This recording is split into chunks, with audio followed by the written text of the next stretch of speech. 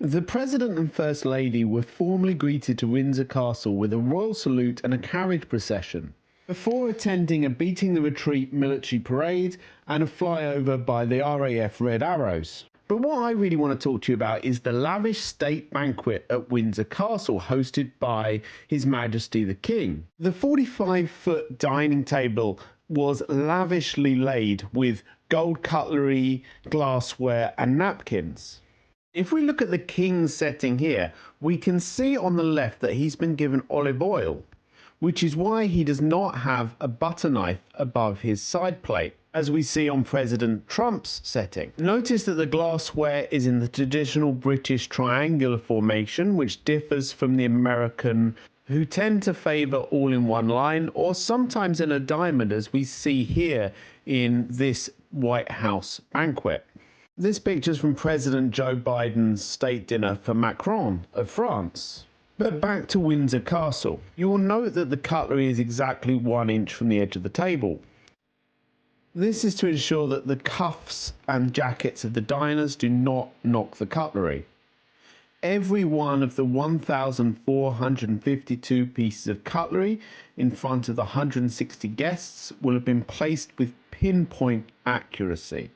This table took no less than 3 days to set, and the royal family actually released a video to show the great care that had been taken by the entire staff to ensure that everything was perfect.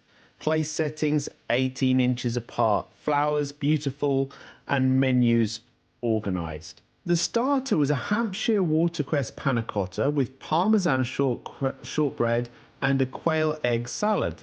You'll notice that both a spoon and a knife and fork has been laid for this.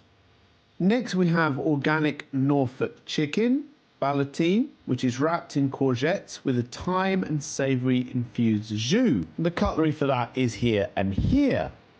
The dessert is a vanilla ice cream bomb with Kentish raspberry sorbet, interior with lightly poached Victoria plums. Now here we see something quite different, because traditionally Buckingham Palace banquets have placed the dessert cutlery in a line with the other cutlery, but here we see it in the French style at the top. This will of course be brought down for the guests before the dessert is served. And all this seems to have been an extremely successful state dinner, with lots of speeches emphasizing the importance of the special relationship between Britain and the United States, which in some ways may have appeared, shall we say, frayed in recent years. But let's hope that diplomacy and good food, and I would say good wine, but of course President Trump is teetotal, so he won't have been enjoying that. But let's hope the whole affair will have left both parties with a great taste in their mouths. This is of course not a political channel, and I've got no intention of delving into other issues, but we did see a lot of protests about President Trump's visit. But I don't really want that to take away from the excellent job done by everyone involved. His Majesty the King will himself have been very hands-on with these arrangements, as will the Prince of Wales, and of course their full team of diplomats and advisors. I've never really done this style of video before, but if you enjoyed it, please let me know. Be really interested to know what you think in the comments. If we can avoid any political comments though, that would probably be good. Thanks a lot.